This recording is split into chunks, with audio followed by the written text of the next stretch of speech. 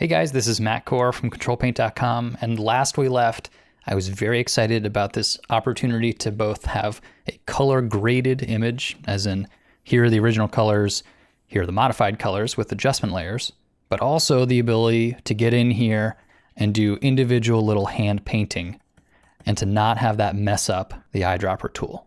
Well, I've been spending some time with this and I still think it is extremely cool and extremely powerful. But in today's video, we're going to look at a few caveats and a few things to watch out for.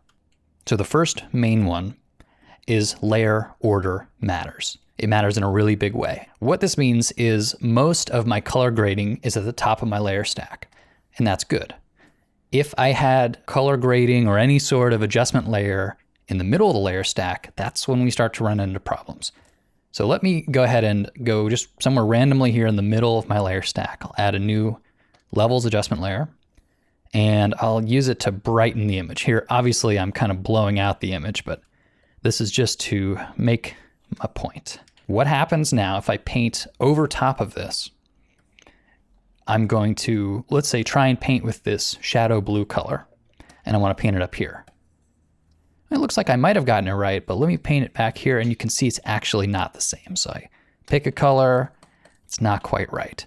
The reason it's not quite right is because this adjustment layer that's lower in the layer stack is messing things up. Let me undo these brush strokes here, turn off that layer adjustment. So now I only have the color grading, those ones on the top of the layer stack. Those are still active. And here I can select the correct colors and I could, do on-screen mixing in the way I would expect to. Things just behave like they ought to. So the first catch is if you want to use these adjustment layers, keep them on top of the painting. Okay, that's not so bad. That one we can work with. Now the next one is, for at least the way I paint, is a bit of a bigger deal. And that is if you have a mask on an adjustment layer, it can cause some problems. A great example of that here is my pop color layer. This is just the hue saturation adjustment layer that I've used to control the color of the plastic grip. Very useful, extremely cool. It doesn't break within this area. So let's say I want to paint here with on-screen mixing. I want to add a little shadow color. So I'll do that from right here, paint that in, and then maybe erase that away and get kind of like a little cutout, a little contour. That works great. In fact, it even works if I then, after the fact, change the adjustment layer. It's all good so far. The problem is if I want to sample a color from on the trigger, we'll say this blue right here, and then paint it somewhere else. Like I want to paint it over this black. That's not right. Where'd the yellow come from? Well, where the yellow came from is that if you turn off the pop color adjustment layer, the original painting actually had a yellow material.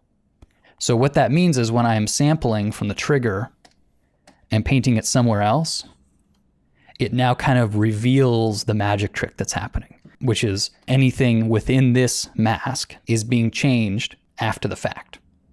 So this isn't a huge deal. You just have to remember it works fine within the mask, but when you start painting elsewhere in the image, then you run into problems. Where I see this being a real issue is if you heavily rely on recoloring just parts of your image using, we'll say, gradient maps or adjustment layers, then this is going to be a problem. But if you can make relatively limited use of masked adjustment layers, there is a lot of power here. I can go in here and just do my sculpting, make design changes, just however I want them to look, and then go back after the fact and change the color of all this. To me, this is worth some workaround. To keep these two separate is just such a powerful tool.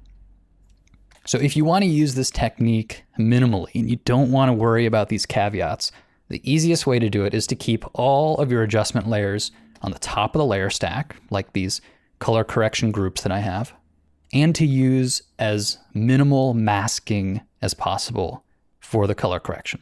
I think the more I use this technique, I'll find kind of the right balance within my workflow, but there's a lot to be gained here, and I encourage you to experiment with it. So have fun with the new technique, and thanks for coming to the site.